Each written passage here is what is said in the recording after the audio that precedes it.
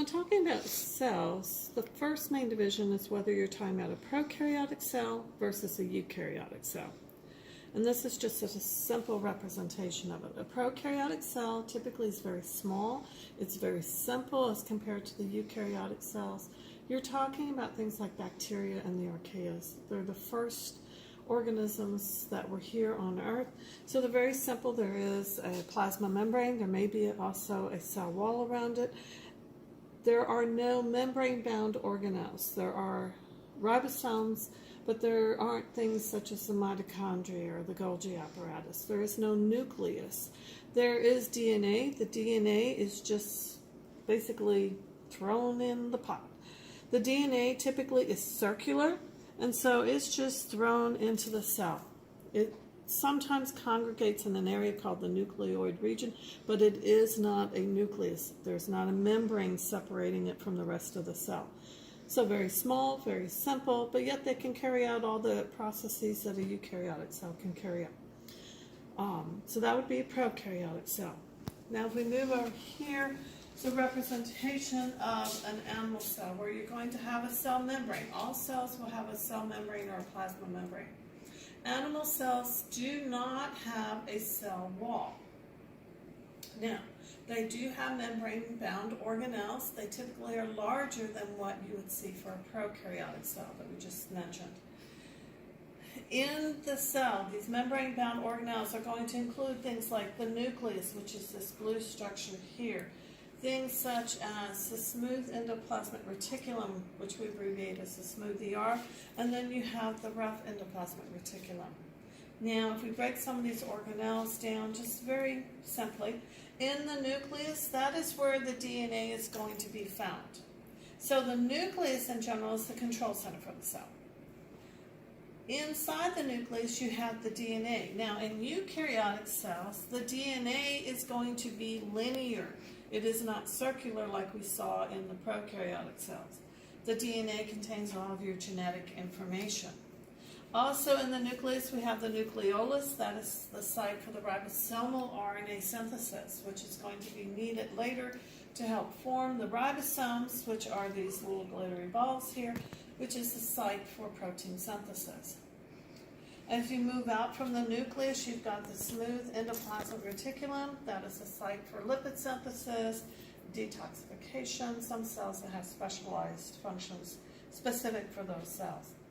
The rough endoplasmic reticulum, it's called rough because you do have ribosomes that are attached to it. The ribosomes are where protein synthesis occurs. Those ribosomes that are attached to the rough ER are typically going to be making proteins that eventually are going to be exported out of the cell. You do have free ribosomes. Once again, protein synthesis occurs here. Typically, the proteins made here are going to be kept within the cell itself.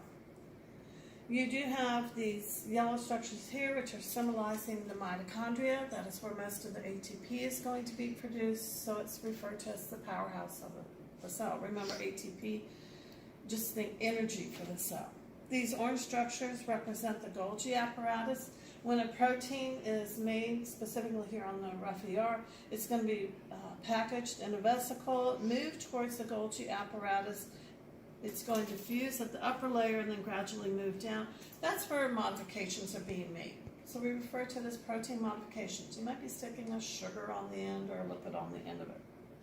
There are other little vesicles that are present in the cell, and once again, it depends on which particular cell you are talking about as to whether they have these or how many. You can have peroxisomes. They help to break down hydrogen peroxide. Lysosomes, that's the recycling center. They contain very highly digestive enzymes.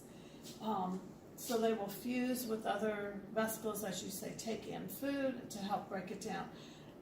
You would have a high number of lysosomes in, say, your white blood cells that are responsible for carrying out phagocytosis.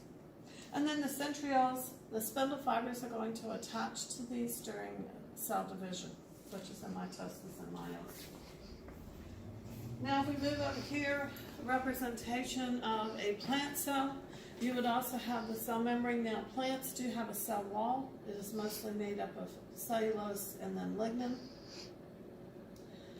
And then it also, because it is a eukaryotic cell, has those membrane-bound organelles. You would have the nucleus, once again, the control center for the cell. It would have the DNA, which is linear because it is eukaryotic. You have your nucleolus in there. You have your smooth endoplasmic reticulum and your rough endoplasmic reticulum, same as what we saw in the animal cells. You have your mitochondria, which is producing ATP.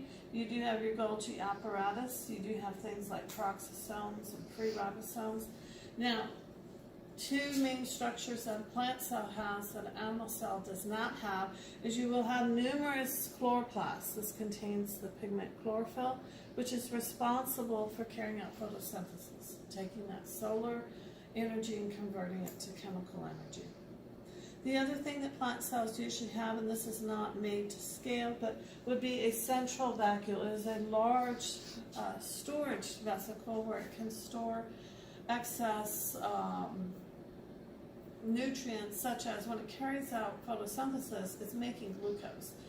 And when it has all that excess glucose, it combines each glucose to each other, making a long chain, which is what starch is, and it will store it in the central vacuole.